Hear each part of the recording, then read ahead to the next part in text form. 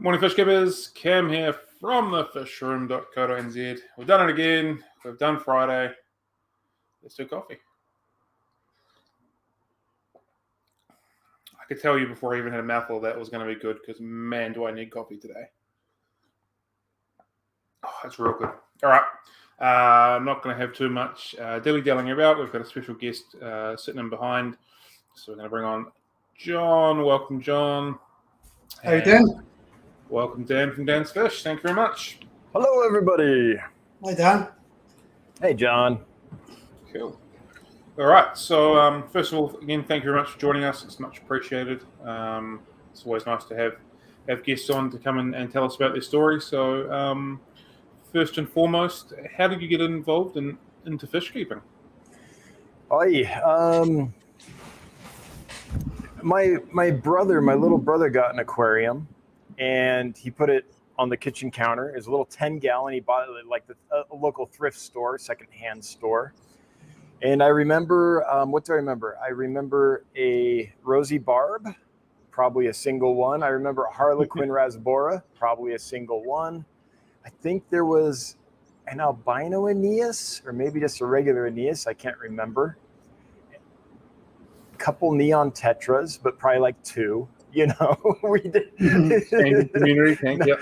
No one knew what they were doing, but I was fascinated by it. I just, I could watch it. It was better than television to me. And for some reason, it was just magical. And I decided to get my own tank. And then I got 3 tanks. And then pretty soon, my entire bedroom was full of tanks. And that was probably by the end of that summer when he had got that first 10-gallon. So it hooked me like heroin, and I went hard, and it's just been there ever since. I have no other explanation other than it just does it for me. Yeah. It's a story of many people starting with one, or someone in the family starting with one, and then that becomes their interest, and the original family member is not as keen, and that's pretty much it. So yeah. Well, he went on to get his law degree and his MBA and be hugely successful. So I'm still stuck on fish. I think it's worked out just fine then. Yeah. Cool. So I guess we're going to jump forward a little bit from early days to kind of where you are now. Something that's really appealed to me is from watching your videos and the things that you've mentioned, the way you talk is prolific care that you put into your animals, and the fact that they're not a commodity and that they're a living creature that's in your care. How has that kind of developed for you? Has that always been there, or is that just kind of rambled through and all of a sudden you're kind of in that sort of situation? Because I don't think it's something that everybody kind of has, if that makes sense. Yeah, I think it's a result of me being a hobbyist. Rachel O'Leary said something once that stuck with me. She described herself as a professional hobbyist. Yeah, and I think that's an apt description. I think it also comes from the fact that this business grew out of fun. This wasn't the plan. I have advanced degrees. I was a professor at a local college here, doing just fine, had tenure and all of that. And I just had a basement full of fish because I loved them, and I've always had basements or rooms or whatever full of fish. So for the first 26 years of doing this, it was just as a hobbyist. And so I was concerned about conservation, quality of stock, breeding quality lines that aren't too inbred, and breeding for the right traits. Those things that are kind of the basis of a strong foundation for healthy fish in a healthy hobby. And I was very comfortable shipping fish because I was mostly into killifish, and to get killifish, you can't really go to your local store and find very many of them. So we would mail eggs and fish back and forth all over. And that was just second nature to me from the time I was a wee lad. So that was already there. And then what happened was in my department at the college, 2 of my coworkers retired. We got new leadership at the college, and they decided they were not going to replace those positions. So I was like, my department's been downsized. I survived. Make sure my mic's okay here. But I couldn't do good work, the quality of work I wanted to do without collaborators. And my field is theater. That's what I was teaching. And so if you can imagine having to be an expert at costumes and lighting and acting and directing and theater history and playwriting and sound design and all these other things that go into a good theater production, one person is not likely to be able to nail all of those. And so I was unhappy with the quality of work I would be able to do. That's kind of what happened there. I still liked a lot of it, but I told them at the time they told me their decision, I said, okay, I'll give you a year. If at the end of this year, we haven't made improvements toward developing the program, I don't think I'll be here. Because I knew I was going to stagnate. I knew there'd be no progress. And I get very bored when things are stagnating and no progress is being made. So a year went by and no progress had been made. So I went in on my birthday, my 40th birthday, and I quit. Again, birthday present to yourself? Yeah, that's right. Happy birthday to me. Just because I knew that position wasn't going anywhere. Luckily, my basement that I had been running as a hobby was actually making okay money, kind of at first by accident, and then kind of growing. As throughout that year, I started saying, what am I going to do? And so I started kind of building it up and testing and modeling and collecting the data to see what this would be like. So once the year was up and no progress had been made to develop my department, that's when I was like, well, it looks like there's a way I can model this fish business and make it work. So I quit my job. I think that's why, though, the focus on quality, it didn't come out of me looking at businesses and saying, like, what could I do to make a business? I was already doing something for fun that I was passionate about, and quality's always been very important to me. And so it was just natural to continue that. The other thing is I've worked at almost every level of this industry, like from the local mom and pop shop to the big suppliers, on different sides, retail and back behind up the supply chain. And something that I always hated was how fish were treated. I just hated it. I loved working with the fish, but I saw the back end, what it was like for them. And I thought, this is horrible for the hobby, because people are going to buy fish. They're going to be unsuccessful. So they're going to think fish keeping's hard. It's not for me. They're going to stop. And then we lose a bunch of potential people that could be fish keepers. So it's hurting the hobby, and the industry's hurting itself. It's like a snake eating its own tail by providing, because the supply chain doesn't provide healthy stock in general. I'm generalizing here. There's some people that do a good job. So 100%. Those are the two things I think that came together when I decided to do this as a business. And I wasn't going to go work somewhere that I wasn't excited to work at, that wasn't motivating. And what motivates me is seeing people be successful and being good to seeing the fish be good, seeing them be healthy and happy and all that. So that's a long answer, but I think it's the only way to really describe it. Yeah, it makes sense. Like I think there is, for lack of a better term, an old school methodology of people buy fish, they die, they come back and buy more fish, and that's how my business is going to generate income. As opposed to people are going to buy fish that are nice and healthy, they love that fish. Oh, I'm going to set up another aquarium because I found another fish that's tickled my fancy, and I'm going to buy it because I'm enjoying what I'm doing, as opposed to I'm having to sink more money into something to replace what I've got. And I think there's very much a mind shift switch that is happening at the moment, which is a fantastic thing, because there's more people caring about the fish that they're providing for people to try and get the most out of that for them and the people that are buying it in the end result. Yeah, I've literally heard people say that in this industry. Well, if they die, that's okay. They'll come back and buy more. It's like, no, they won't. Maybe they will once or twice, but then they're going to put the tank in the garage and give up. Yeah. Exactly. And like you said, it's the snake chasing its tail sort of scenario. It's not a sustainable way, and it's not good for anybody in the circle, particularly the people that are buying it. It's a fantastic. Hopefully, a good change that's happening at the moment.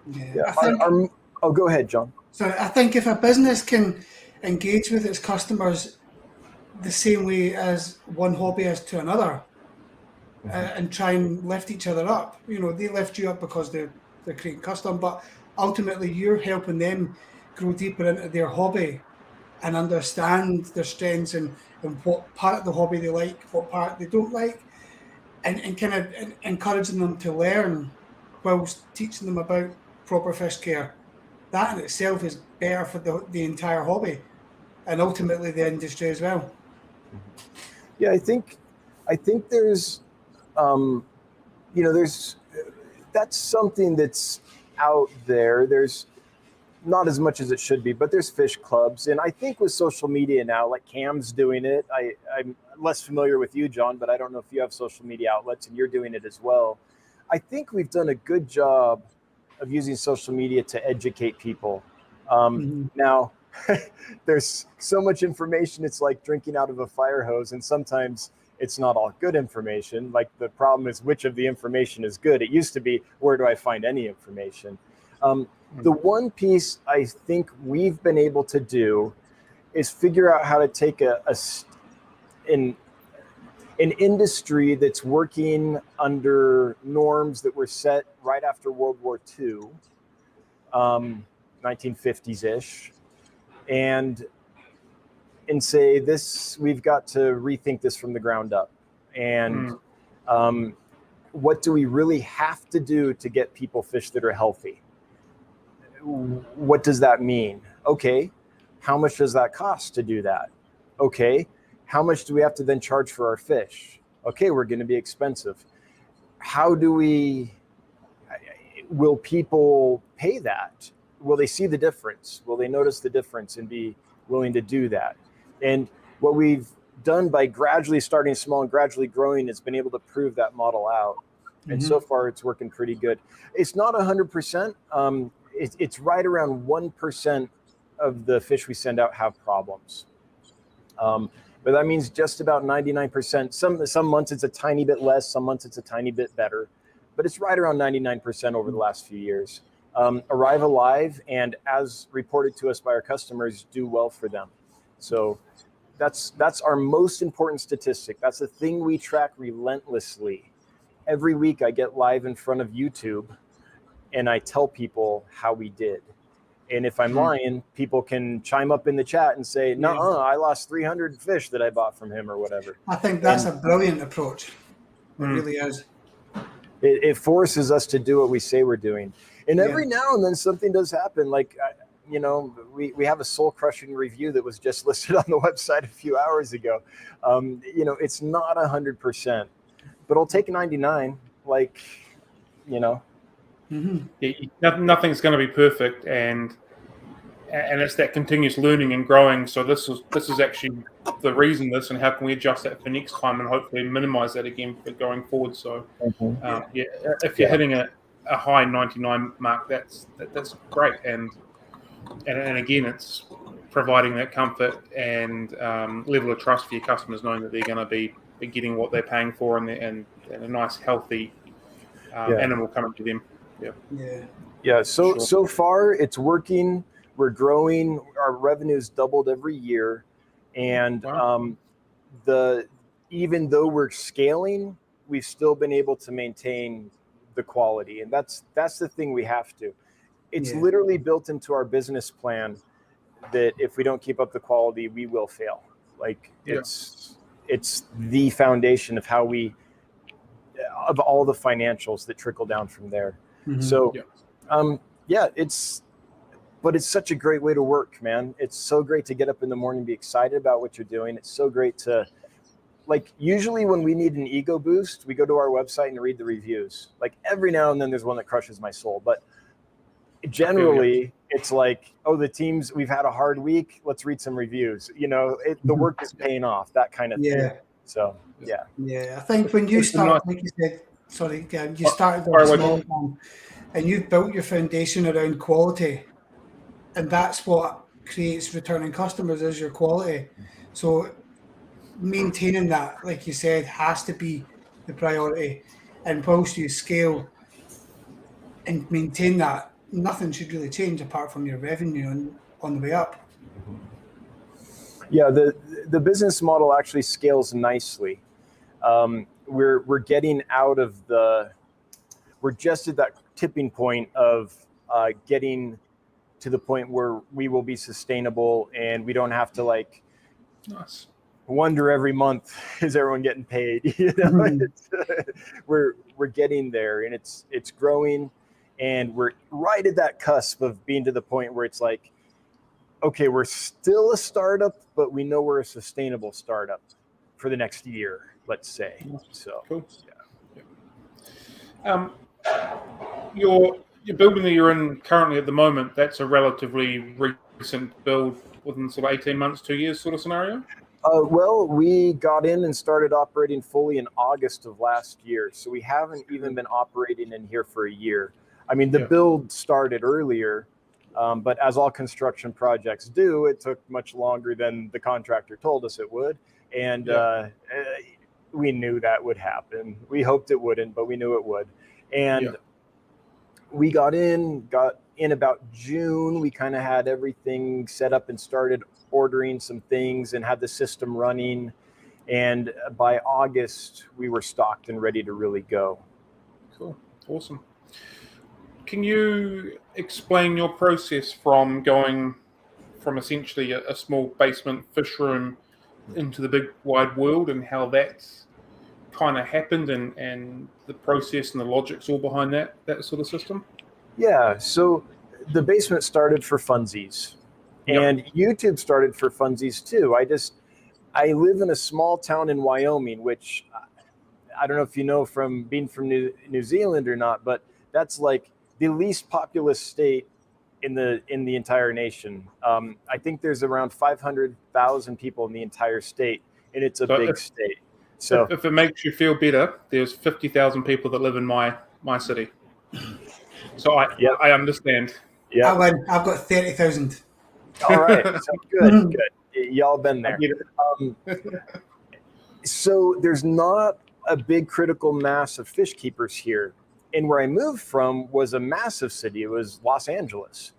And so 16 million people roughly, and there were a ton of fish clubs, and every week I could go to a different fish club meeting and hang out with fish nerds and go see all different shops during the week or whatever. And then I moved here, and it's been awesome, but I have very few people to interact with on the fishy front. And that's why I started the live stream, and I just missed Fish Geeks. And so I started the basement fish room and the YouTube channel just for funsies. And then when I was like, I don't think I'm going to stay at this job if they don't make some changes, I started collecting data and started running the basement more like a business, so I could see if it could be successful.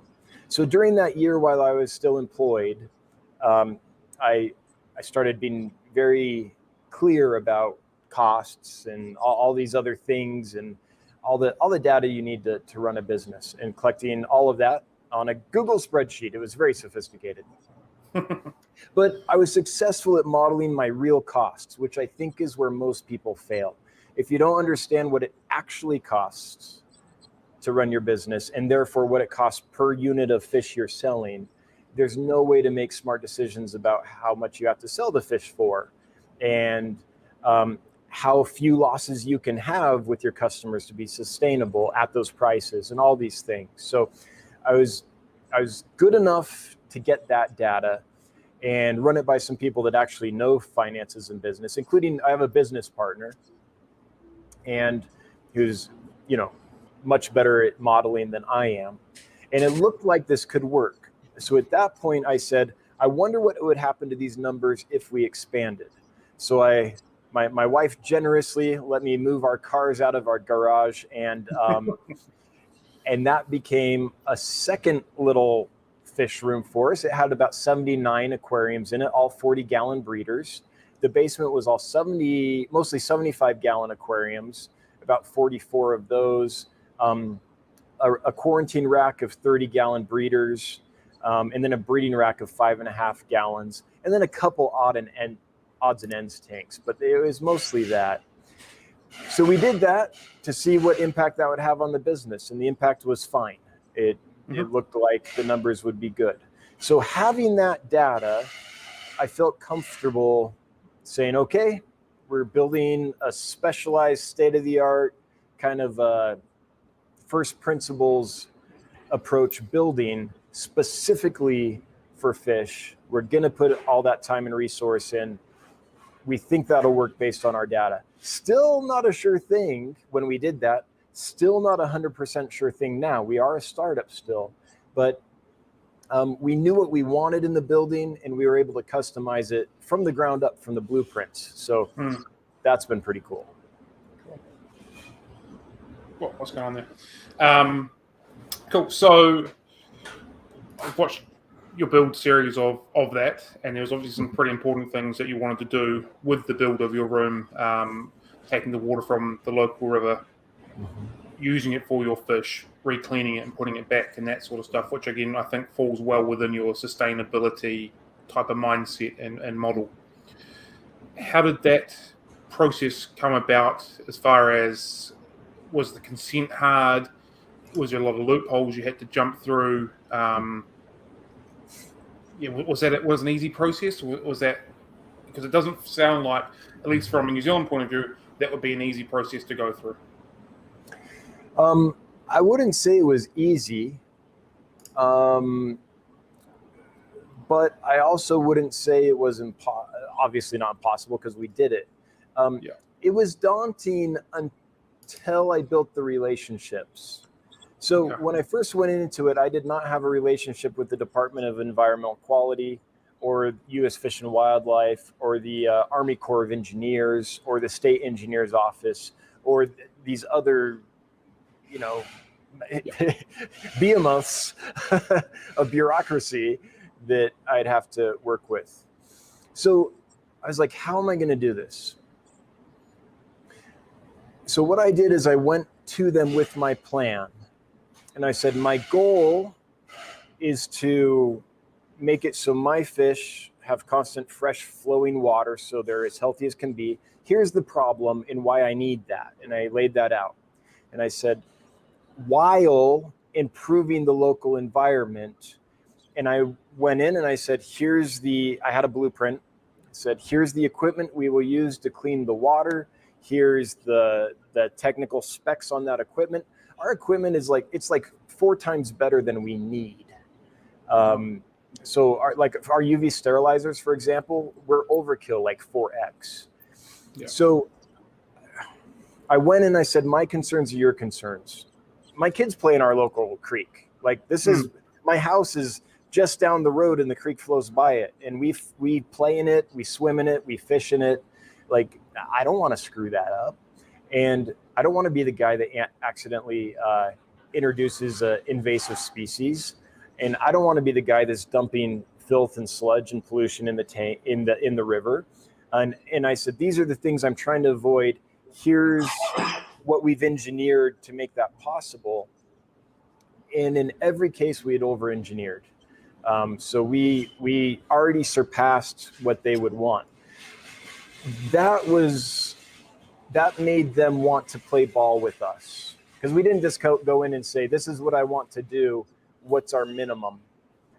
What they're used to dealing with is people that want to do something and don't want to follow any regulation whatsoever, and don't even want to do the minimum. So when we went in and were way above, I think they were like a sigh of relief, kind of. And so that seemed to do the trick. I invited them as we were building and things. I would invite them over and say, okay, here's where we're at in this. Look at the progress on this. The fear is that an invasive species could get in the creek, or a pathogen, or whatever. So this is the unit we've installed in this way. What do you think? Does this seem sufficient? And every time we were already over and above. And so just by saying we're on your side, we have the same concerns, and we're going to over-engineer this, and then including them, throughout the process. Now we're friends. Literally, the Fish and Wildlife reached out to me, and I helped rewrite the laws, because they were in the process of rewriting the regulations, and they we're like, we need to know more about how a facility like yours operates, because we want to make sure the regulations protect our wild, our habitats, but also make it possible to do business. And so I literally would get drafts and give them my notes and get them back, and they would implement some and others they wouldn't.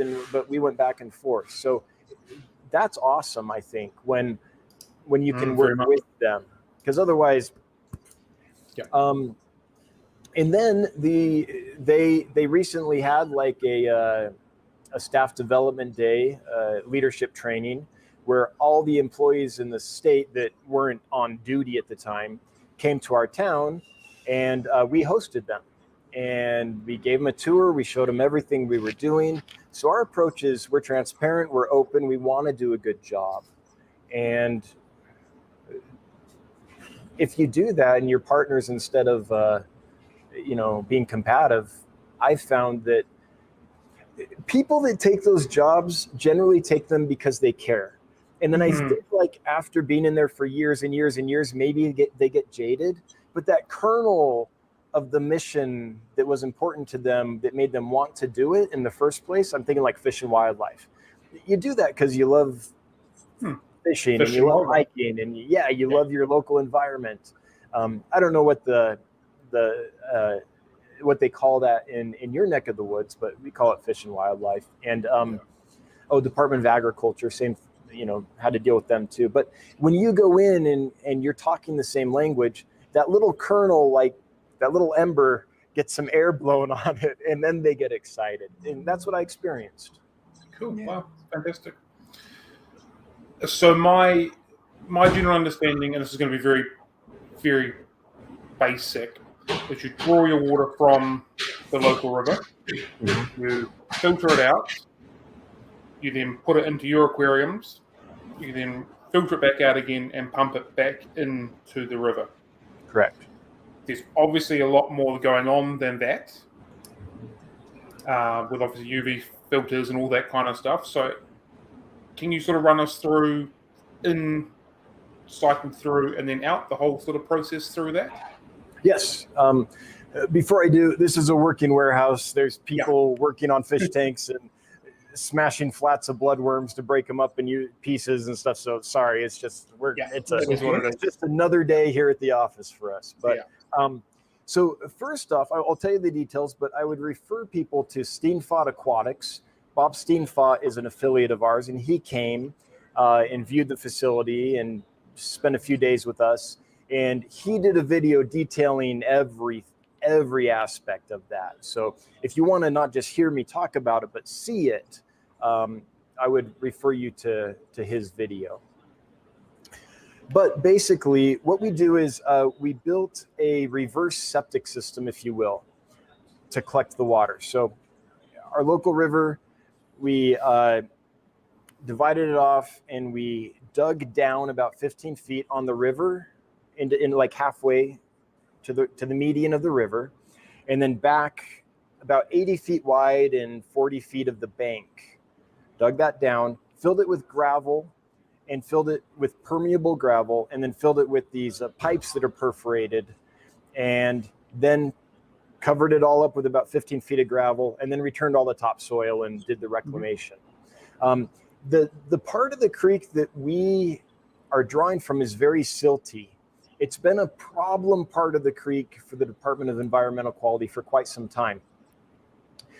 Earlier, before there was regulations and things, people did things just upstream from us and right around where we are that make it so that silt collects here. And it's always been a problem for them. So in doing that, we actually improved that.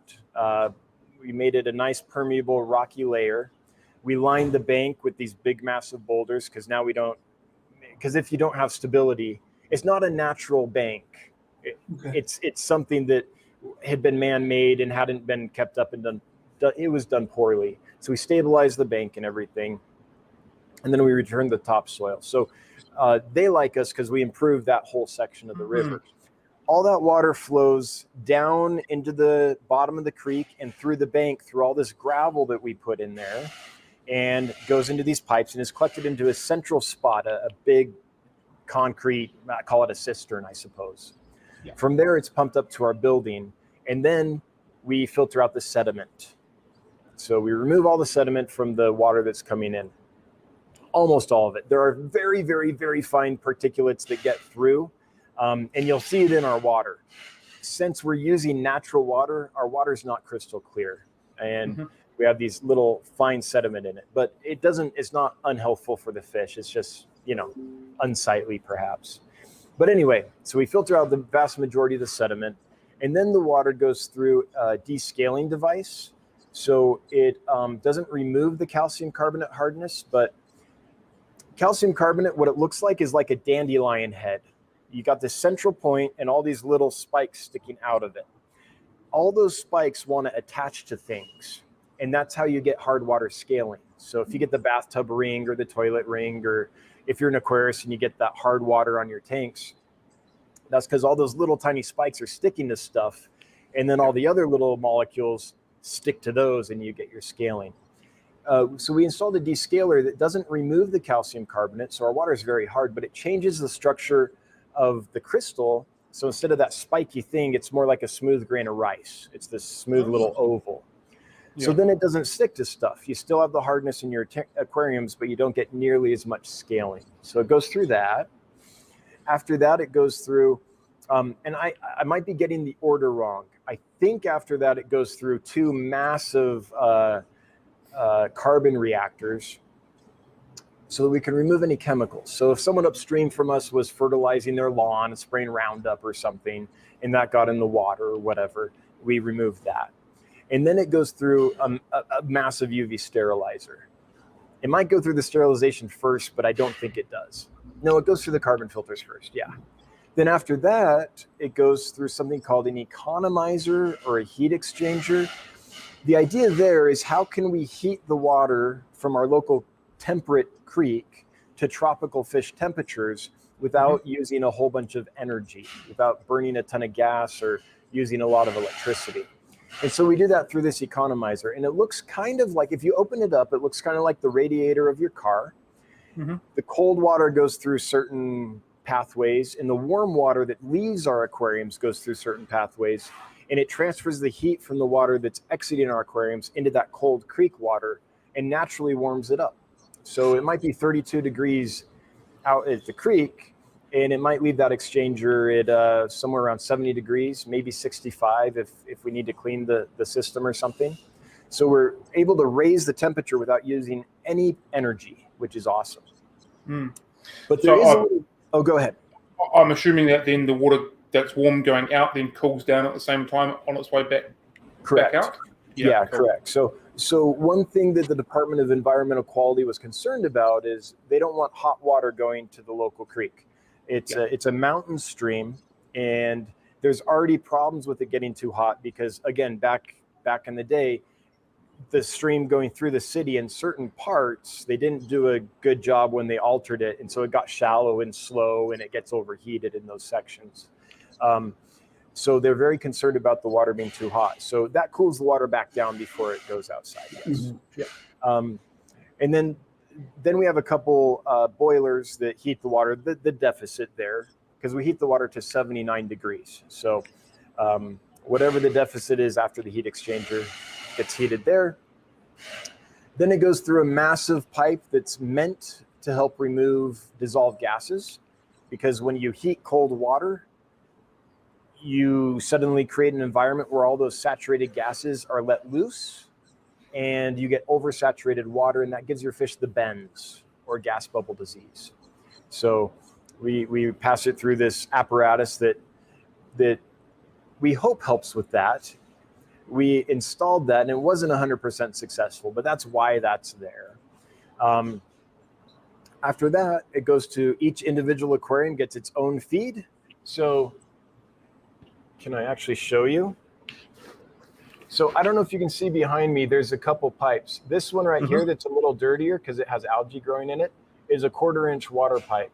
That's the pipe that comes down and feeds fresh water into this aquarium. And then the others are airlines or pipes going to other aquariums.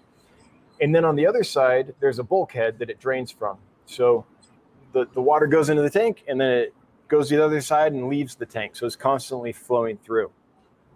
When the water leaves the aquariums, it goes to a cistern that's under our building. It's under the concrete floor of our building where it's collected. Then it's pumped into a new set of filters to remove our sediment and to make sure, like, if some fish laid some eggs or whatever, or there's baby fish, they don't get out into the local creek. And then after that, it's also goes through the UV sterilizers and gets nuked. So there's 2 UV sterilizers, one for incoming water, one for outgoing water.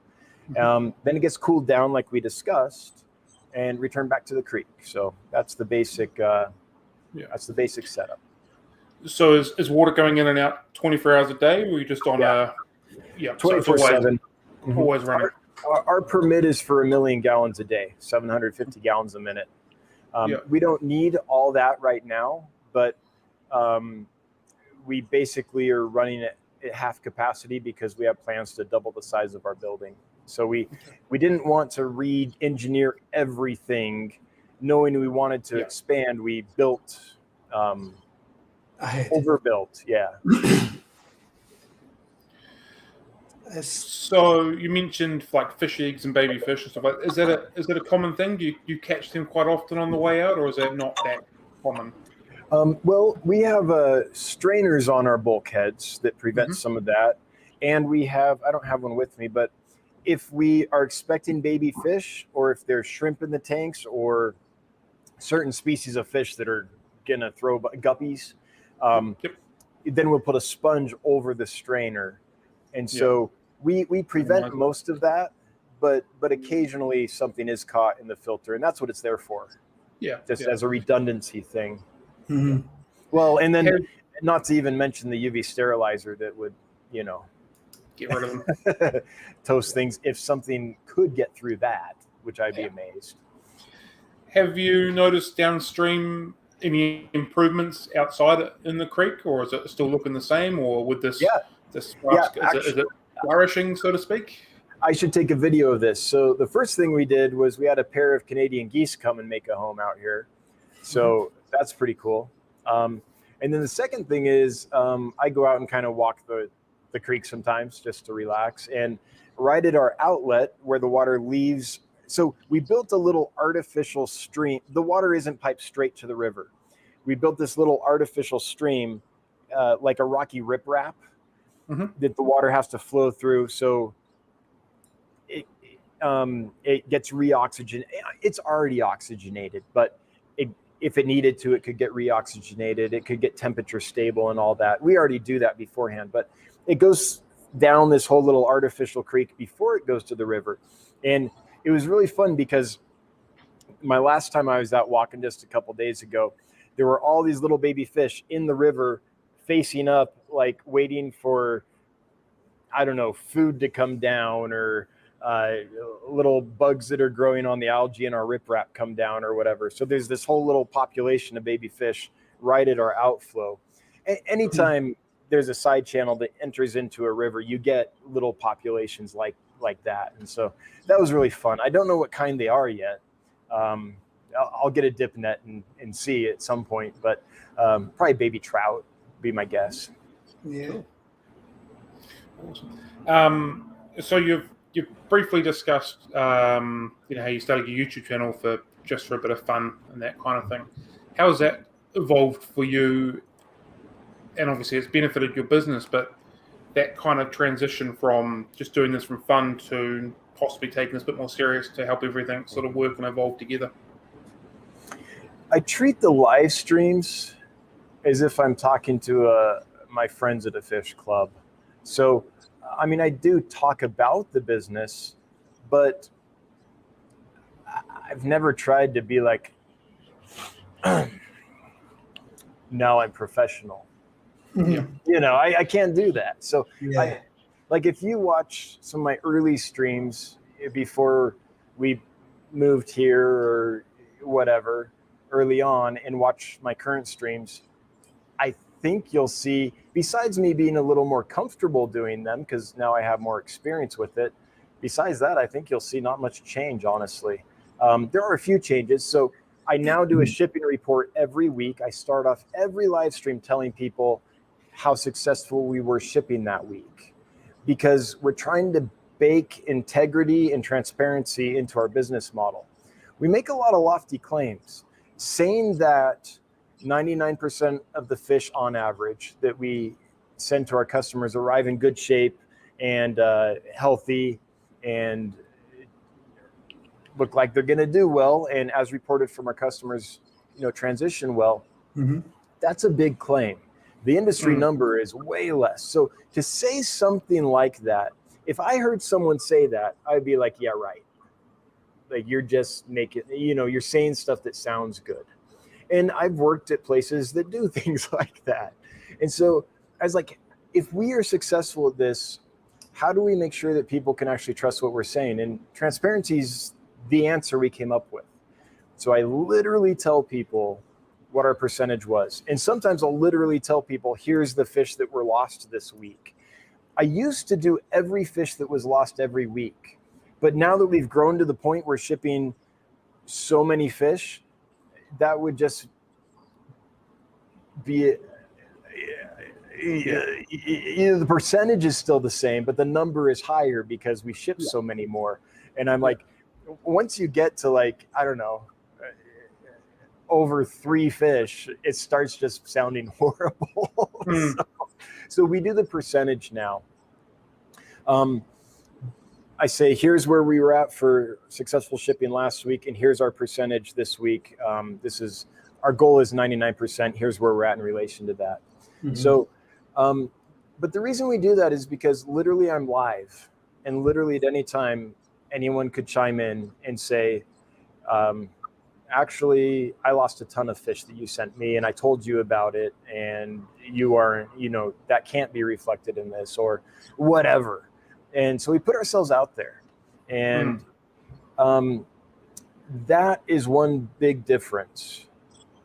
We chose to do that as a business to keep ourselves honest, and so that people can trust what we're saying, because we needed some way to, like I said, I wouldn't believe it if someone told me that. I would need them to be transparent in a public way where anyone could refute what they were saying in order to have any confidence in what they were saying. So that's why we do that. The other thing we do is like a giveaway. So every week there's a giveaway. This last week, it was a group of like golden Medaka rice fish, because it's getting warmer in the northern hemisphere, and we're going into our little patio pond season.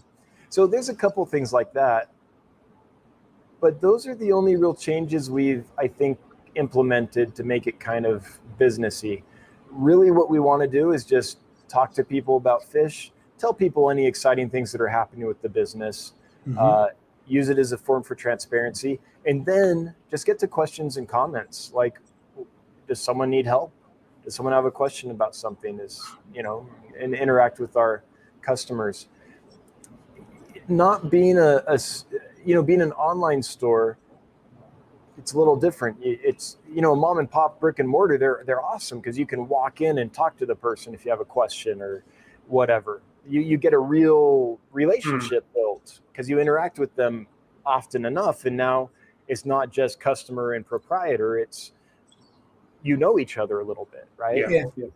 This is as close as I can get to that, being an online business, being live every week. So that's the big change on the live streams. The videos themselves have not changed as much as they should. Meaning our YouTube game has a lot that could be improved. Production values could be better. I'm not a great cameraman. There's still a lot there. We've brought some people on to help, and they're making positive changes. We had a meeting actually this week about how to make it even better. But yeah, I would say there's a long way to go on the YouTube channel. And that's borne out, I think, by the fact that we're, somewhere just shy, I think, of 30,000 subscribers or something after doing this for years. you know, where other channels can grow much faster if they're optimizing for YouTube. Mhm. So that is a change we should make for the benefit of the business, just because if we can get a larger channel, then that will help the business. So Yeah. And do you think that your experience working in theatre from your college and uni days will have an impact on how that folds out, or is that a time long gone in the past now? I think there's a couple of advantages it gives me. One is I'm very comfortable in front of a camera. I can be live in front of a stadium full of people and I would not feel weird about it. I can be live in front of the camera, not knowing how many people are watching and not feel weird about it at all. Mm-hmm. So I'm very comfortable with that. The other thing is I have a sense of pacing, and I have a sense, like on the live streams, you'll notice there's hardly ever any dead air. Because I have a sense of what loses an audience. Now, I'm not optimizing for that completely, because sometimes I'm like, man, I just need to get a video out. In fact, a lot of times, like I'm running a scaling startup, right? So taking time to go make the video, a lot of times it's that. But I know story. I know about boredom. There's a cardinal rule that my mentor in theater used to have, which is thou shalt not bore. And that has a lot to do with pacing and things like that. So on the live stream, I think I do a decent job of that. I think there's a long way to go in the videos themselves, because that's not me just talking. That's like I have to worry about the shot and the camera and all this. And it's not me live in real time, which is theater. It's something you're going to chop together later, which is not something that's as intuitive for me. Mm-hmm. It must make, yeah, definitely will make it easier then. And hopefully when you start making these changes, you see the impact that you're looking for.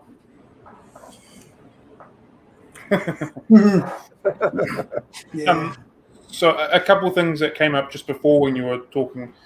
You don't have any walk-in facility whatsoever. You're solely 100% online. Is that correct? No, we have local folks that we service, but on shipping and packing days, we don't let people in, and the reason is, like, we're going hard from morning till the deadline when we have to get those packages out to UPS, and if someone came by and we were to, be hospitable as you want to be, we could not do it on those days. So we definitely don't do anything like that on packing and shipping days. So that means Sunday through Wednesday's out. Mm-hmm. So usually when customers that are local want to come, and again, it's a very small town. It's a town of 18,000 where I'm at. And so there aren't that many fish keepers, but we know most of them, and they kind of know when to it's like, if I was in a big city, there would be signage with all these explanations. This is a small community. Everyone just knows, So they get a just to win. And so the other thing that came up with is when you're talking about your success rate and stuff, do you follow up with your customers after you've sent your package of fish out? You've seen that it's arrived. How do you follow that up? How do you get your statistics of everything's been okay? A couple of weeks down the track and all that kind of stuff. Yeah, let me, I don't have one at hand, but there's an insert we put in the box that we ship your fish in. And it says, thanks for trusting us. And here's our guarantee. And also, please let us know if there's any problems. Here's how to get a hold of us. Tell us, we want to hear the good, but especially the bad is how it's worded. Yeah, it's... that's how you improve. It's this little thing. This goes in every box, and it's just that. Now, something that we have not yet implemented is a follow-up to that, maybe 2 weeks post, saying, how's everything going? That's something right now that I don't think is hugely necessary, because our relationship with most of our customers is fairly tight. And we interact with with a lot of our customer base on YouTube, but it is getting to the point as we grow that now a significant number of people are coming to the store who have never heard of us before. We popped up on Google. Oh, And so we are in the process, and we've implemented some changes, but we're in the process of trying to figure out if someone comes and lands on our website and that's their first exposure to us ever, they never heard of us any other way, how do we best care for those people? So we do need to make some changes. We have a list of changes to make. We've already implemented a few, but the pile of changes to make is probably at this point like 15 pages of fine print. And so there's a lot to do to get there. But we try to say, well, we do say in every box we send out, if you have a problem, let us know. We're here to help. We want to hear about the problems, and we emphasize that in our messaging. So do you base your stats on if instead, not a case of confirming every delivery is good, but more a case of when you find out something didn't go well, you build your statistics around that factor? Yeah, the stats are based on problems. Yeah. So if someone reports a problem, that dings our statistic. That's how we calculate that statistic. Mm-hmm. At some point, we'll have a running counter on the website where we've talked about this idea of someone getting an email when they receive their fish, where they can say, if there was any problem, say they ordered 10 fish and let's say there was one problem, then there was a spot they could put that. Mm-hmm. And then that would automatically go to the front page of our webpage in like a real-time kind of ticker type thing. So that's something that we've thought about. There's some other ways we need to do it. Every time we do it, though, we have to code that. My business partner is a software engineer, and has built the whole platform from scratch. It's all his own coding, and so there are a million improvements we need to make to that, and we have to be really judicious in which ones we do, because coding is a time-intensive operation, and so sometimes the focus is making operations more efficient. Sometimes the focus is helping generate more sales. Sometimes the focus is on customer care. There's all these different aspects of the business, and we kind of have to be selective in which ones we can do at any given moment. Yep, I totally understand that. Something that's always intrigued me is the way that you pack and send your fish. How has that evolved to where you are? Because over here, your normal standard fish bag, X amount of water, seal it off, and away you go. Is it quite a common practice over in America for the smaller bags, or is that something you've developed yourself? And if you've developed, how does that process come about? Yeah, there's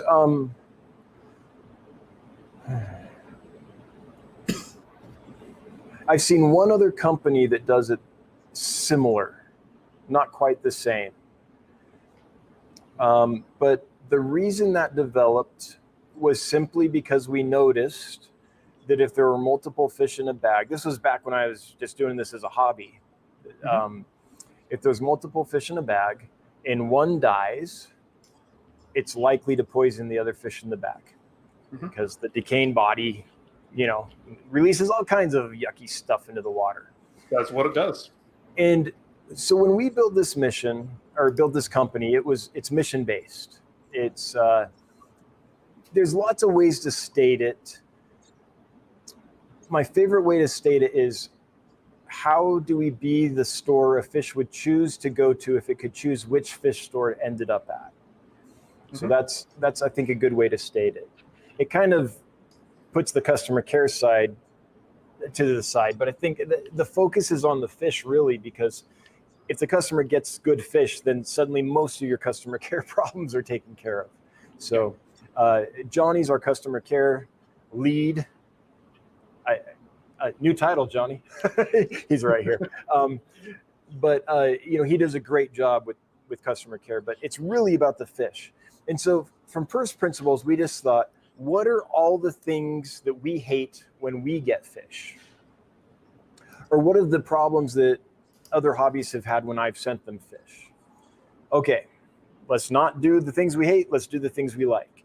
Now, looking at that, what can we improve from a first principles approach to give every fish we send the highest likelihood of arriving, fat and sassy, as we like to say? Okay, what all has to happen to make that the highest likelihood possible? One of the things was 1 fish per bag. That way, if there's a problem with another fish in the same bag, it doesn't affect, you don't get that chain reaction where every fish in the bag ends up dying because one died early on in transit. So, doesn't matter what size fish they are, they all just... Yep. Even chili rasboras. Yep, everything. And so... The one exception is shrimp. We'll put up to 4 shrimp in one bag, like neocaridine or whatever, because we've literally, I want to say we've never lost a shrimp. Is that a true statement? I'm checking with Johnny. He's telling me no, I'm wrong. Okay. 1 out of 1,000, he's saying. Okay. So shrimp don't seem to have the same as much of an issue. So we'll do shrimp together and we'll do snails together, but fish are always individually bagged. And that's probably because I don't know as much about shrimp and snails. Like maybe I'll find that's the totally wrong way to do it. Fish I know how to do, but shrimp and snails I'm fairly new to. That's not my forte. I think with snails are quite robust, and they need very little water, really. So you can I've had 5 or 6 come through in one bag at one point. So they're not too bad. When you say that you send it like chili rasbora, for example, being a really small fish, and maybe somebody's bought half a dozen of them. When you're putting them in individual bags, are you doing small bags, like quite small bags? How small? Yeah. They're about 4 inches tall when they're all sealed up and full of air. So 4.5 inches tall. Interesting. Yeah, which is plenty of water for a small fish. Yeah, definitely. Yep. And then we have larger bags for bigger fish. It just scales up, but every fish is sent individually bagged. Yes. Okay. Yeah, that was my next question for those that sort of haven't seen your shipping process in your bags. The size of them is quite significantly smaller than I believe, at least in New Zealand, the people use. For sure. I'm assuming that came about for space reasons in the box, but also practical reasons. You've worked out they don't need 5-liter bags for one fish, so to speak. Yeah, if you're only shipping one small fish, you just don't need that much water. If you were taking a standard bag and doing what most people do, and which is like on the industry side at least, adding lots of fish to it, you would end up with a lot less water per fish. So, depending on how densely you pack, but I'm thinking of the industry side, how I get fish, or used to get fish before I made changes with my suppliers. So, what we found after shipping, I don't know how many fish over the last several years and doing it 1 fish per bag, is that the survival rate's just a lot higher. So ultimately the data says, despite what intuition might say, the data says that's the way to go. So that's what we do. Yeah. And do you have a process pre-sending for the fish, or 10 round petras, 10 go out, get bagged up, or how does that work for you as well? It's a 2-day process. So let's say I was going to send a fish to you tomorrow, which I wouldn't do because it's Friday and the weekend, but let's say it's Monday and I'm going to send a fish to you. You're going to get it Tuesday. Monday, we have special shipping water solution, which I can tell you about. It's nothing secret. So here's a bag. This little travel pod, my hand for scale, my face, I don't know, about 4.5 inches. So we would we would fill a whole bunch of bags. They're 12 inches tall when they start. So we fill a bunch of bags with water. Then we go around, collect all the fish that are going out the next day, put them in the bag. The reason we do that is because we want to clear their digestive tract. We want them to poop out all the nasty stuff before we send them to a customer.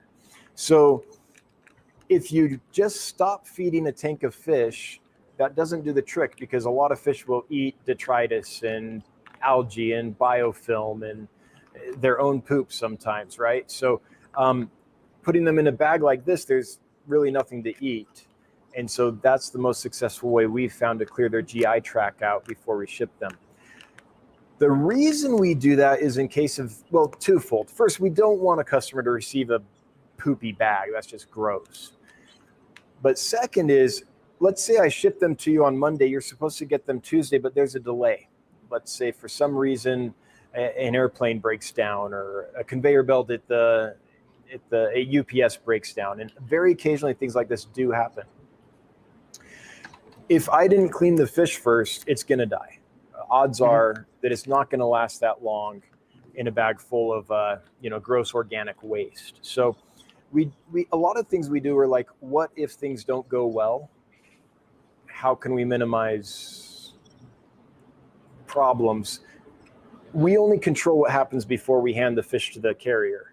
If something goes wrong on the carrier's side,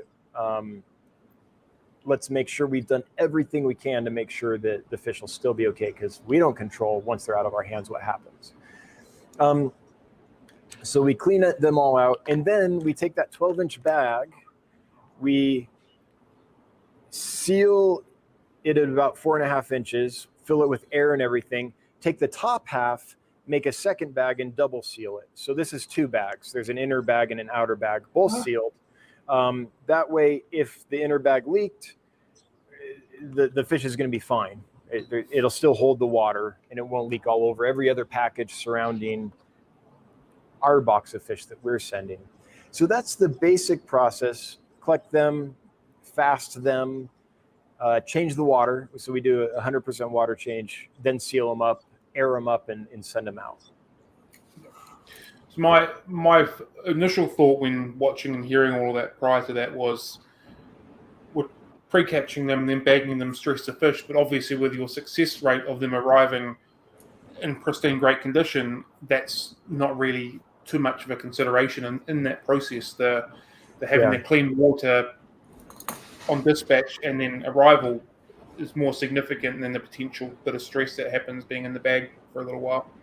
Your thought is a good one, and it's the same thought I had early on before I started doing that. So I was probably sending fish for 25 years, 24 years before I did it that way. And the same reasoning, like the less time in the bag, the better for the fish, right? Yeah. That's true. Being in the bag more time, it's probably, it has to be stressful on the fish the more time it's in the bag. But what I found is clean water and a little stress trumps dirty water and a lot of stress and less stress, because that automatically increases all kinds of problems for the fish. So the data tells me, no matter what I think about stress, the fish tell us when we collect the data what the best way to do it is. And so that's why we do that. But you're right. It's like less handling, less stressful. Amen. Yeah. Until the repercussions of doing it that way kick in. Yeah. At the end of the day, numbers don't lie. Like it's pretty hard to argue with factual statistics. If it's working ridiculously well, it's working ridiculously well. That's what we've based our company on. This is the goal. Let's try. We think this is the best way to do that. We try it. What are the numbers? Okay, can we think of a way to do it better? What tweak can we make? We do some A/B testing as well. Like we have a video out of testing the best way to ship snails, where we did 4 different setups with different variables and gave it a go and saw which one worked best. There's all kinds of that going on here. Not only just on the best way to care for fish and get fish to our customers in good ways, but also how to be efficient as a business, how to every aspect of the business. We try to be data driven. Just because I'm biased and I have perceptions, and I can't tell you the number of the times they've been proved wrong. So makes sense. Just a bit earlier before, you were talking about when you're talking about your shipping fish and how you got your suppliers to change, or maybe you adapted some supplier. What was that? How does that sort of work? And is that have you gotten to change their methodology for you, or just found better people? So this is part of something that's very exciting for me, because my goal, what we want to do is change the industry. We want to create a better, more humane industry at large. And we're a small shop. And so it's exciting to me to see that we are able to make some impact on that, even as small as we are. As we grow, once you have, the more buying power you have, the more changes you can force in an industry. Correct. But we're already at the point we're making a change. So a couple things. First off, there are other suppliers that care. They got into it because they like fish. Maybe they just need a reminder of that. And maybe when you come to them and say, look, this packing density is horrible for the fish. If I was willing to pay extra to have 10 fish in a bag instead of 200 or whatever it is, but I'm thinking of guppies specifically. Like, it's not uncommon to have 200 guppies in one bag. If you only put 10 in the bag, what would that cost? I'm willing to pay it. And a lot of them, if you're willing, I shouldn't say that, not a lot of them. Often they're so tied to the way they operate that, not everyone's willing to do this. But they know that it's better for fish not to be crowded. And there are certain suppliers you can find that will say, I'll do that for you. So we pay the extra and we do that. So it's just been, some of it's just been weeding out suppliers that don't care enough to improve things for the fish, even though we're willing to pay more. And there's actually a lot of those. So that's a big part of it. There are also other suppliers that just contact us and come out of the woodwork because they know our mission, they know what we're trying to do, and it's what they want as well. And so we found a couple people that basically found us and want to work with a company like that. So there's different ways we find those suppliers. A lot of it is just by trying someone and it's like, well, nope. And until you find people that do a good job.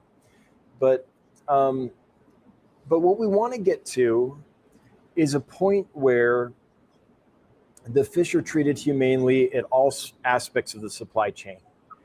And the more impact we can have on that, the more our mission will be fulfilled. And we're having a small impact. We've got a long way to go, though. So we've had a wee question from the comments, and I think it's directed at you, and what potential rainbow fish you may be able to help this customer with. So what rainbow fish do you currently have, and what would you be thinking?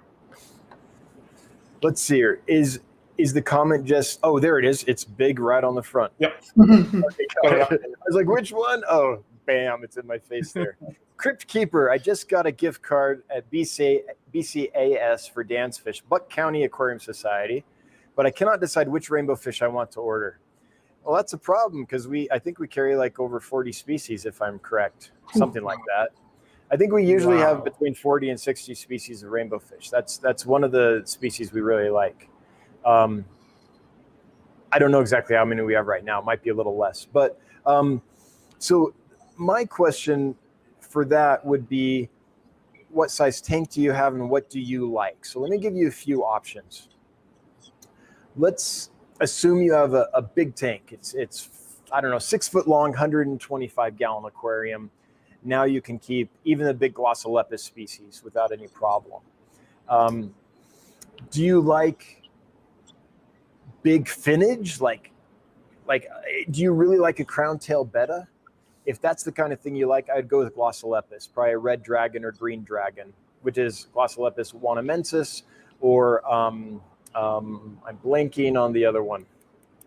It'll come to me in a little bit. Those are large fish. The wanamensis gets like an emerald green color. The red dragon, multiscomata, gets a nice red color, but they have these beautiful extended fin rays on the anal fin especially, but some of the other fins as well.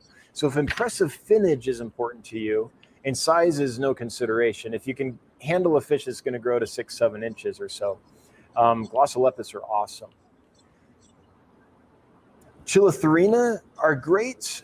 If you did those, which one would I? It's hard to suggest because they're all so beautiful. But Chilotharina alleni wapoga is one of the most beautiful rainbow fish out there. They're going to get 4 to 5 inches, I'm going to say. 4.5, call it. And very energetic swimmers. All rainbow fish are pretty energetic swimmers, but the Chilotharina take the cake. They're super fast. They're like turbo jets. So they like a lot of swimming space, even though they're a smaller fish. But if you really like the color of those and you want some, then those could go in your 6-foot tank. You could probably get them in a 4-foot as well. But I think in a 6-foot, they would really, you could get so much more enjoyment out of them. Let's say you have a smaller tank or you like smaller fish, then I would go for, and Kalitawa is hard to go wrong with. Melanitania species Kalitawa is one of the most beautiful rainbow fish ever, and it only grows to 2.5 inches-ish, I will say. So it's a miniature fish. You can therefore keep them in a smaller tank. Something with maybe even a 20 long with a 3-foot footprint might be okay. Larger is always better for almost any fish, but they don't get massive, and their colors are amazing. And if you like breeding fish, they're new enough that and pretty enough that you'll have a ready market for them.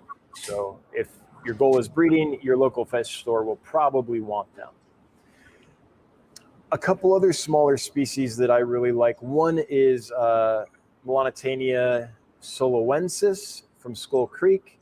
I really like the pinstripes. I really like the nice yellow on black margins, and they're going to get 2.5 to 3 inches, so not too big. Kamaka, nice, beautiful blue rainbow fish with a bright white blaze on the males. If you like blue, those are awesome, and those aren't going to get over, I'm going to say 3.5 inches-ish, maybe slightly bigger. So those are some options.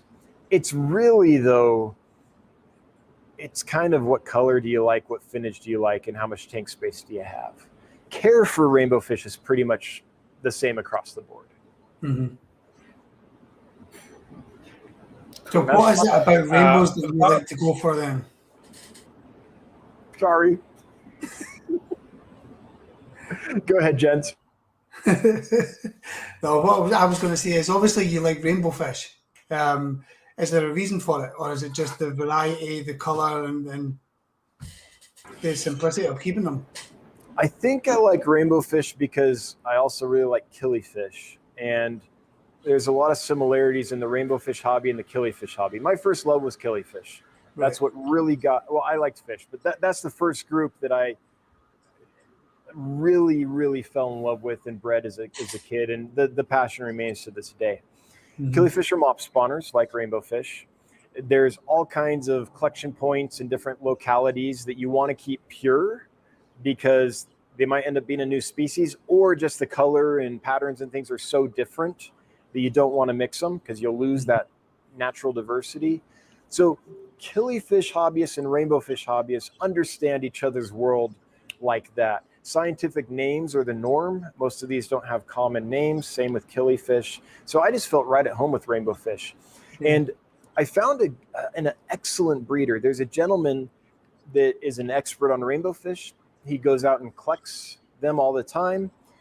He's written several articles in Amazonas magazine on rainbow fish and collected many, many species. And his goal is to preserve them. So when he finds a new species or a new population, he will breed it and keep the strain pure and distribute them. So I'm lucky enough to know that person and be able to source fish from them, and that's made it possible for me to get all kinds of rainbow fish of good quality. Because unfortunately, in the industry at large, a lot of them have been hybridized, and the lines have been muddied because I don't know exactly why. They just have, and so. Once I found that guy, I was like, I'm getting them all. Yeah, quite right. I think you're quite spoilt for choice with the amount that you have. Like all those names you're rattling off, as yeah, none of them are here, unfortunately. So I think rainbows are a very beautiful fish, and when they get to their full mature size, they're gorgeous fish to have. But yeah, for here at least, the lack of them is a real problem for us. Yeah, rainbow fish, they look like brown or silver darts until they don't. Like, it takes them a little while, but once they mature and the color comes in, then it's like, oh, that was worth the wait. Yeah. Man, that's too bad, though. Even in New Zealand, you have trouble getting them, huh? Even though Australia and Papua are so close. Yeah, we only have about half a dozen or so species here. Oh, I'm sorry to hear that. There's there's so many neat ones. The world of rainbow fish out there. Cool. So when you get new stock into your facility, what's your process for that? Because I know you hold them all back for a couple of weeks and make sure everything's tickety-boo. So how does that process work for you? First of all, tickety-boo is one of my favorite sayings of all time. So thank you. You don't hear that a lot in the States. I have to listen to like Australian TV shows to hear it. So that was awesome. It's back here in the UK as well. Yeah. I think I last heard it on an Australian show called Rake about this lawyer that's completely dysfunctional. But anyway, so what we do for the tickety-boo-ness is every fish is quarantined for at least 2 weeks. Sometimes it takes longer. We literally have fish that we've had for, I don't know, I'm going to say 3 months that we're still quarantining. It just depends on the fish and how it comes in. But our basic thing is we will never sell a fish until we think it's going to do well for the customer. If we wouldn't be delighted to receive the fish, we don't sell it. Now, that being said, every now and then something slips through the cracks, just very occasionally. So we work really hard, though, to make sure that doesn't happen. One way we work for that is 2 weeks quarantine minimum. And what I have found is that within 2 weeks, you'll usually see an issue. If the fish has something that's hiding, like some kind of issue that's hiding within it, the stress of shipping the fish to me could allow that to take hold and become a problem health-wise for the fish. Usually that happens within 2 weeks. So that's why it's 2 weeks. Just from observing lots and lots of fish over lots and lots of years, I would notice that within that time frame, things would manifest. So almost everything does. If they've gone through 2 weeks and there's no problems, then we're comfortable selling them. But if there are problems, then we have a medicine cabinet and we have an aquatic veterinarian on retainer, and we do our very best with all the resources we have to take care of the fish. And sometimes we're successful, and sometimes we can, we can't figure it out. Even with the help of a veterinarian, sometimes we don't know. So that's one of the things we focus the most on. And one of the things that's most frustrating about being in this industry or the hobby is fish health. And the reason is fish medicine is still in its infant stage. There are great aquatic vets out there, but the entire practice of aquatic veterinary medicine is a baby, and there's a lot to learn. So even when you draw on the experts, they can only help so much. So, but that's part of this hobby in this industry where I'm just excited every time there's an improvement, every time there's a discovery, every time there's a new medicine or procedure or bit of knowledge, because I think we can all agree that's one huge weakness for the entire fish keeping world. But we do our best. We know our suppliers pretty well, and so we generally have an idea, not always, but an idea of, okay, if we get this fish from this supplier, we're going to treat for this, because there's this track record of an issue. We're just going to preemptively prevent that. But barring that, we just focus on observation. And if everything's tickety-boo, then we just observe for the couple weeks and go ahead and send them out. So we kind of try to stay in touch with the fish and make the judgments that way. Yeah. Do you think that with the government, governing bodies that look over this industry, do you think with the shift towards sustainability and kind of regulating down on a lot of species is causing a negative effect on the hobby?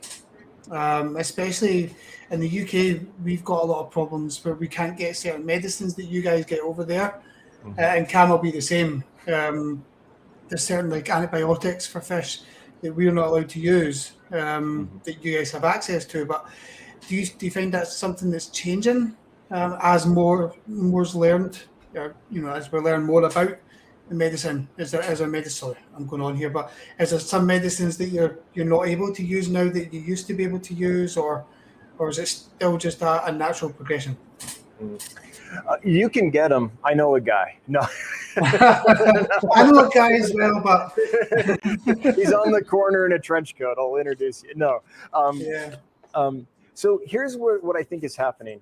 I think that we're at this interesting crossroads right now where aquatic medicine is gradually learning and growing. And as that's happening, our access to antibiotics and things is going down. It's just like what happened before with dogs and cats. There used to be a time when you could go to your local pharmacist and get what you needed to take care of your dog or cat. And then veterinary medicine became more of a thing and became more sophisticated, and regulation was passed that made it you had to go to a vet pretty much to get a lot of these products. I think we're just seeing that shift right now with fish. I think we're just a few decades behind what's happened to every other pet species. Whether it's a good thing or not, I don't know. Ultimately, if we can have veterinarians who have a good knowledge base and are available, and fish medicine progresses to the point where they're able to really help most of the time, then that's a positive in a way, because then we don't have to just shotgun medicines and say, or get a medicine ID'd in a Facebook group or something. We're really bad about treating. I think half the time we're treating, we don't even know what we're treating, and we're probably using the wrong medicine. So I look forward to a time when aquatic medicine is to the point where we actually know what we're treating and we can treat with the right medicine. I think that's just going to be better for our aquatic animals. The problem is, if we take those products away before veterinary medicine gets to that point, then we have this limbo stage where we don't have access to things and we don't have the professional help we need. And I think that's what we're seeing. Now, there's something also about irresponsible use of medications can create all kinds of problems. It can create resistance. I cringe every time I hear someone who is using an antibiotic and I'm like, how did you use it? And they're like, I put it in the tank and I let it sit for a week and then I considered it good. Because with antibiotics, you need to go through the full course of treatment, and they degenerate in the water, and maybe within 24 hours, they're actually not active anymore. And so you gave the fish, the pathogens on your fish, exposure to the antibiotic, but not a lethal dose, and now it might build resistance, right? There's all kinds of issues like that. So I think having professional veterinary help available will help prevent that. But I also don't like having my hands tied as a hobbyist when I want to take care of my fish. So I think in the long run, it'll be better for the fish and worse for the hobbyist. Yeah. If that makes sense. I think the hard part is as a hobbyist, being able to diagnose the correct problem with your fish and then seeking the correct treatment. There are two steps that, well, not all hobbyists are going to be able to do that, no matter how much information's out there. And having free access to all medications, it's going to crash and burn with certain hobbyists. I mean, I'm probably one of them. I'm not saying I'm any different to anybody else, but people are trained vets for a reason. It's finding that equilibrium. Yeah, it's a. Do you think? I mean, there's give and take, and I think it's inevitable though that it's going to go the way of dogs and cats as far as how things are treated down the road. Yeah, I don't know if that's good or bad. I see pros and cons on both sides. Yeah. Sorry, Kim. I was just going, do you think that the old mentality of when a goldfish at a fair, keep a goldfish in a bowl has hindered our industry medication-wise for so long, disposable of them, so there's been less veterinarian coming through to help these sort of things? Do you think that's a consideration to why we are where we are? So I don't quite understand the question. It has to do with goldfish that you win at the fair and veterinary medicine, but I don't quite understand the tie. Yeah, so like the concept of you're winning a goldfish at a fair, you're putting it in a bowl, it's disposable, so people aren't going towards veterinarian because of the mentality of it's only a fish, it's disposable, find something else, as opposed to I've got a living animal, let's try and care for it. I'm picking up what you're putting down now. Yeah, until we recognize fish as having their own inherent value and needing to be respected as a living animal, if we see them as disposable, if we see them as commodities, if we see them as strictly ornaments, then I think that's the traditional way to look at fish. I want this pretty tank in my house, which is furniture, and the fish are the decorations in the furniture. I think that's a lot of people that just want a pretty tank in their living room. I think that's the mentality. And so if that's the mentality, then that has definitely hampered the ability of a robust aquatic veterinary practice, because if people are not willing to spend the money on the fish because they're disposable, then there's no market for a veterinarian. What happened with aquatic vets is people with koi cared. Yeah. So aquatic vets really got their start in the ornamental fish side. There's the whole food fish side, salmon farming and all that. But on the ornamental fish side, they got started because people cared enough about koi, and koi were expensive enough that they would pay to have a vet treat their koi. And so that was kind of what it was for a while. There were a few public aquariums that needed a veterinarian as well, but how many of those are there in the world, right? You have maybe one vet on staff. So the demand for aquatic vets very small. It's only recently, I think, with the changes in how people see animals, and the kind of morals and ethics and practices around animals we have today versus how they've been in the past, that people are, for example, willing to spend money to get their betta treated, or something like that. So there's certain fish that I think are helping break down that disposable barrier and create enough of a market for an aquatic veterinarian to come in. So Cam, I think you're right on with your observation there. I've got another question up here from Rochelle. What is your product you use to help strengthen the fish's immune system and cope with stressful situations? The product I use is constant fresh water and thyme. Now, there are medications I can use if something develops a problem, and we try to work with an aquatic veterinarian to be specific about those. Although, again, there's limitations to how much they can help. But what I found to be the best thing for fish is fresh, clean water, a low stress environment, and time. And that's why we built this whole facility the way we do. Every tank gets 100% water change every 40 to 60 minutes. So call it every hour, this tank has 100% water change. And that constant fresh water does just absolute wonders for helping a fish settle in after the stress of being acquired. So that's my preferred way to do it. And most of the time, the vast majority of the time, that's sufficient. So that's our go-to. And then if something develops, we try to pinpoint and treat. Mm-hmm. As an industry, what do you think can be improved as a whole as far as fish care goes to try and get the best out of these animals we're keeping? On the industry side specifically, it's supply chain improvements. Yeah.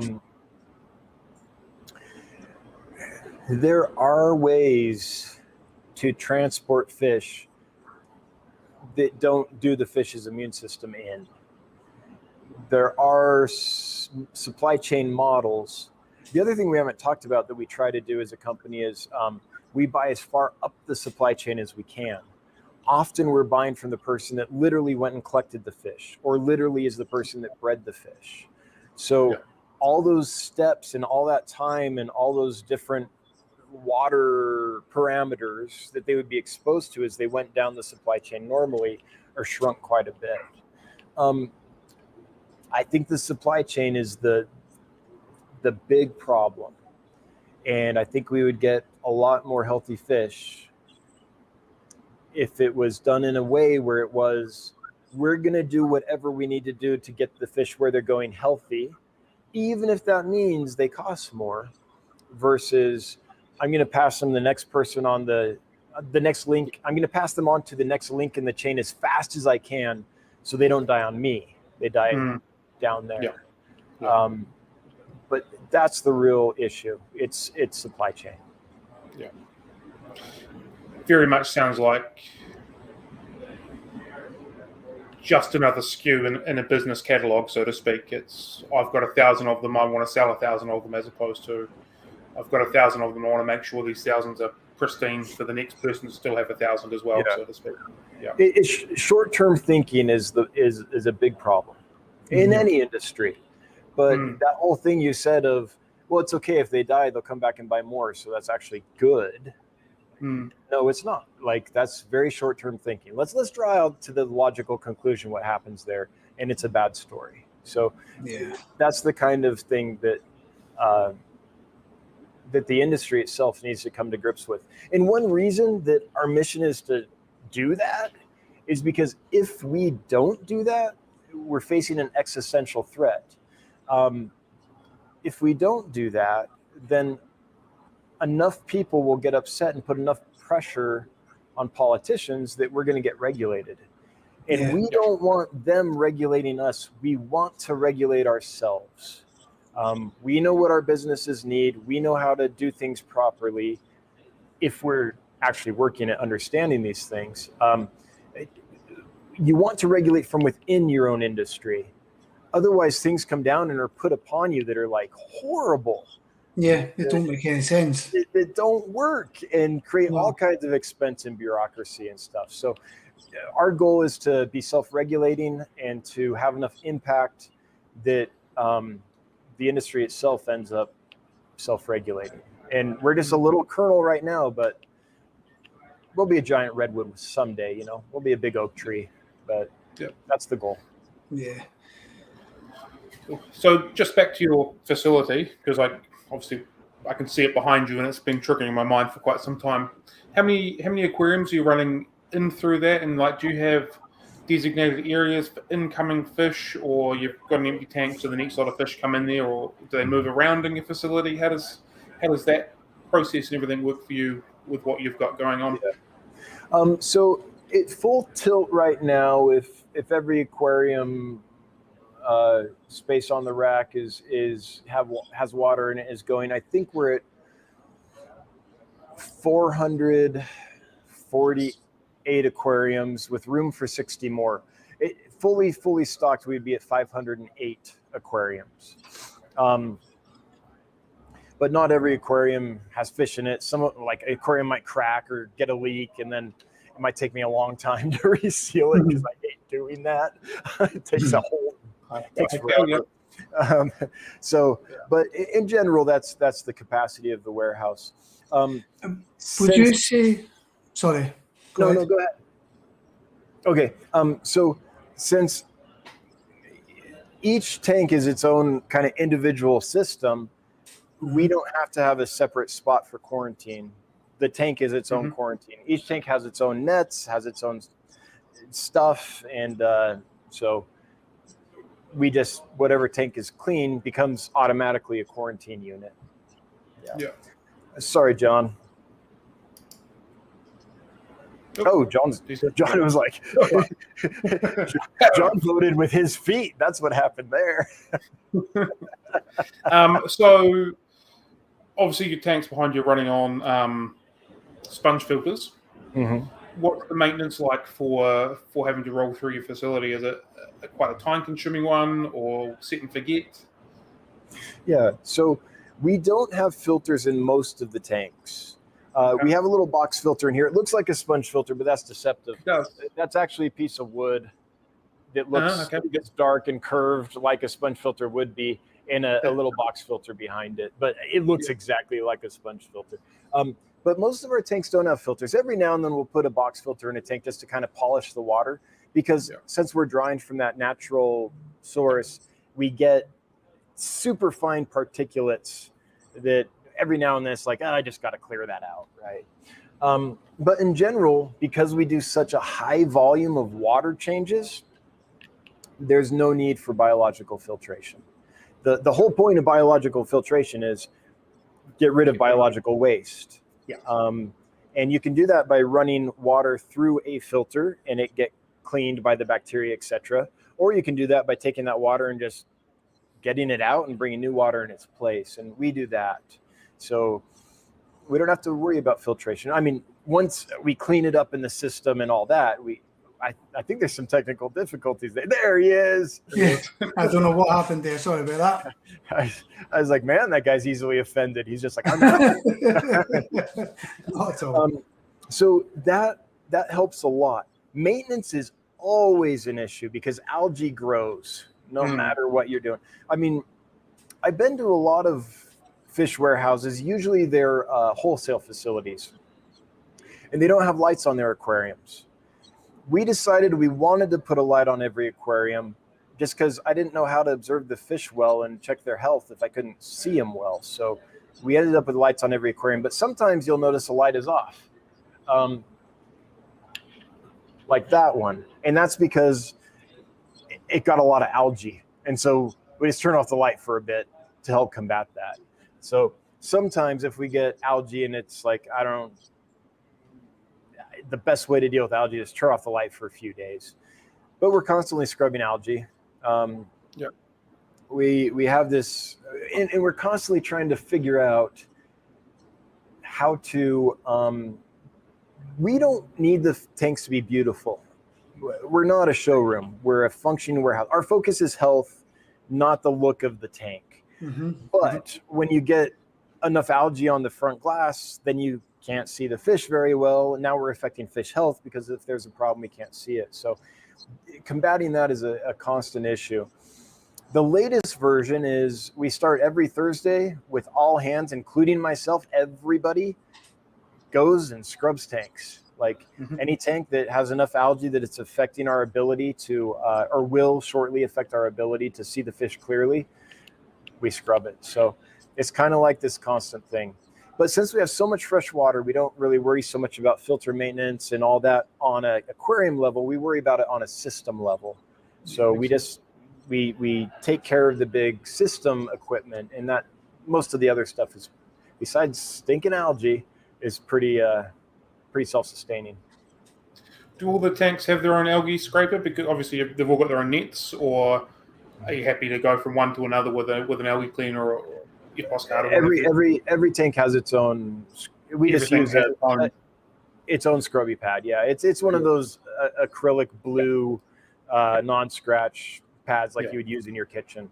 But every tank has its own one of those. Every tank has its own set of nets. We really try to minimize taking a crossover of anything. Yeah. Now, we are not biosecure. I'm not going to pretend that couldn't happen sometimes. Even if you're using a different scrubby pad, you still have water on your hand. Even if you dry your hand, there might be something under your fingernail. Like, I'm not going to pretend that I go in a hazmat suit between every tank, or anything like that. But we do our best to be reasonably cautious. I've had another question about the cauliflower swordtails. A, for me, what is a cauliflower swordtail? But B, why are they so special? Well, for me, A, we were able to get them. They're hard to get. But B, the reason is I've looked for. I'm not even talking about like I've just been looking for healthy cauliflower swordtails for years, let alone good finnage or anything like that. Just a healthy fish. And I've tried, and I've had problems in the past, and I had to stop bringing them in. And what happened was I brought them in, and I was so excited. They were so beautiful. And then just every few days, one would die. And I couldn't figure out what was wrong. And so we had a veterinarian who wanted some, and they sent some to a lab. And now we do this we actually have some in the lab right now for analysis. Now we do this, I wouldn't say all the time, but with certain fish. So we send them to a lab where they do pathologies and histologies and stuff to find out what is going on with these fish. They look perfect. What is happening? And they found out they have a virus. It's a virus that's not treatable. It comes from the source. So the only option was for me to stop bringing them in because the supplier has this virus ingrained in their stock and it's not treatable. So I can't send that to my customer. So for a long time, I just couldn't get them. A few months ago, I found a new supplier, and I did some homework, and someone that I trust and have worked with quite a bit vouched for them. And so I tried them and I brought them in. World of difference. Healthy and happy. They do come in with most fish come in with something. They do come in with a small little parasite, but it's not a virus. I can treat a parasite without any problem. So that's why they're special. It's just because I can get them and they don't have that issue where it's like this gradual die off that's so frustrating because they look perfect. But now another one's dead, Yeah. So that's what it is. I finally found a supply of healthy ones. And what is a cauliflower swordtail like? I wish I could. Let's see here. I can show you. I think I can present on here. Let me show you. We're about to do some learning. So if I can present, share my screen. Sharing screen. Okay. I've never done this on this program before. Let's see if this will work. At least that I can remember. There we go. Okay. You might need to give me permission, Cam. I don't know if it'll even allow me. There we go. Yep. There, waiting for you. Okay. So here's a cauliflower. Actually, yeah. Okay. The difference between cauliflower and Vienna, I need to learn a little better. But in essence, it's something like this. It's a high fin that has a lot of pleats in it. So they call that cauliflower. So it's a fish like that. They're really pretty. Like so unreasonably expensive, but so pretty and healthy. So that's what they are. And it's hard to find them. It's just they're almost never available. So Sure. Got them and got healthy ones. That's a win to me. From there, we'll Nice. keep improving things. I have a lot to learn about them, though. I am not an expert on live bearer genetics. And there's specific things about cauliflower traits and Vienna traits and lyre tail traits and veil tail traits and all these things that I don't know that much about. So one of my tasks, when I can find a minute, is to bone up on all that stuff. Because there's been some customers that know a lot more than I do that are like, well, actually, and I'm like, oh, I had no idea. It's always a fun time. Do you do any of your own breeding in your facility, or are you strictly fish come in, fish come out type of thing? I used to do the majority breeding, and then as things grew, I couldn't keep up, so I started bringing more in. Now I do the majority bringing in, buying from breeders and collectors. My favorite is hobbyist breeders. That's where I want to get my fish. But we do some breeding. So we breed the Catamaca live bearer. It's a Xiphophorus milleri. Small little swordless swordtail, and yellow with black spots all over it. We breed, right now we have a group of Limia perugiae. We have a big group of Chilothrina alleni caliawallum, speaking of rainbows, that we bred and raised here that are offered for sale right now. So yeah, we do a little bit. We love it. There's a few other species too. Red hump Geophagus, some mollies, a little bit of a mix. We love doing it, but the demands of the business don't let us do it, all that much. So, yeah. That makes absolute sense. You can only put your time where your time can go. Yeah. What's your current biggest challenge that you've got within your business? The way you're currently operating, and how's that working for you? It's scaling in general. Anytime you're scaling a business, it used to just be me in my basement. Now it's me in a specialized kind of high-tech warehouse with a crew. And every step of growth puts new demands on you. So really, I would say the challenge is, it's going to be a general answer, but it's rolling with the punches. It's, hey, we just grew to this amount. Now this thing's an issue. Didn't foresee that. How do we fix that problem? How do we optimize things? Yeah. So there's this tension between efficiency and quality. Quality is our litmus test. Quality is our standard. So we have to find ways to increase efficiency, but not at the compromise of quality. And so that tension is something we're always navigating. And anytime we do find that, oh, shoot, we're having more problems with quality, didn't foresee that, we have to, this doesn't happen often, but anytime you make a change, there can be ramifications. Then we have to figure out how to switch that back or make a different change or whatever. So there's this continual learning curve. There's a lot of A/B testing. There's a lot of just collecting data and crunching it in models and trying to never compromise quality, but still run a good, scaled, sustainable business. And I would say that's the big challenge. Right now, the challenge is, how do we take some of the body fatigue off our crew? Because when you're sitting there with our little sealers and sealing bags all day long, there's a lot of these repetitive motions. And I did it for years. I know what it's like.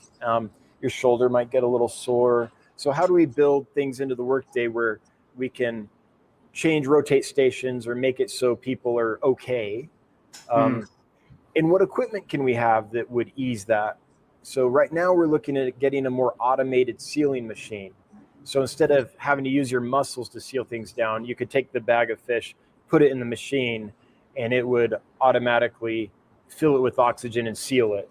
And you would just be there watching, as it happens, instead of using your shoulder muscles and putting strain on that. So right now, that's our challenge. We're trying to make it so that as we do more and more, this week we shipped more fish than we've ever shipped before. It's just growing and growing. As that happens, it's like, oh shoot, now people are getting sore. We better fix that. So that's the current challenge. One of. I understand the scaling aspect of it, and to an extent, what you were saying there with the more things are going through, so there's more fatigue. I've always sort of likened it to like baking a cake for like a normal size cake. This is your recipe, that's fine. But if you're needing to quadruple that to feed 4 times the amount of people, you can't quadruple the recipe because it's not going to balance it. So you've still got to increase that, but balance everything at the same time to make it. It's not quite as simple as just doubling what you're doing, so to speak. Which is I know. Yeah, it makes total sense. I know nothing about baking, but I'm coming over, Cam. I'm hungry. I can't bake either. I can't bake at all. Can't save you. Yeah. Cool. So I think that brings us to basically all of the questions that I have sort of formally written down, ready to rock and roll with. Unless there's some more questions that people want to ask from the chat, we like to sort of end our coffee dates with a quick school of 6 for very short, simple answer type questions. So if you're ready for that, let's rock in through for that. All right. Rapid fire hot seat. Here we go. Yeah. If you could have a superpower, what would it be? Oh, geez. I'm going to go with detachable arm. Because then when I spoon with my wife, my shoulder wouldn't hurt because I just move my arm. Yes. I think most people understand that theory. If you could have a meal with absolutely anyone, dead or alive, who would it be?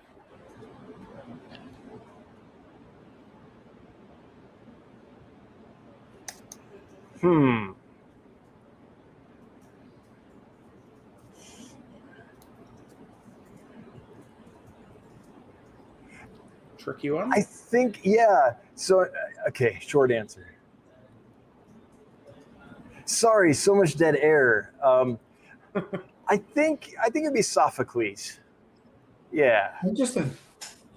Just awesome playwright from my background in theater, but also seemed like a guy that I could have learned a lot about life from. Cool. Paper, scissors, rocks. What's your first call? Rock. Cool. I have no idea why. It just pops in my head. Do you think we're alone in the universe? I think statistically it's improbable. Very cool. If animals could talk, which one would be the dirtiest? A coelacanth. I don't trust those things. And what is a unicorn fish for you, either keeping it, spawning it, owning it, finding it, whatever it might be? Congo Panchax burchardi. It's a small little killifish, a little lamprey from West Africa that my friend had him once. I've seen pictures of them. I've never been able to get them in myself. I've tried and tried. Yeah, fantastic.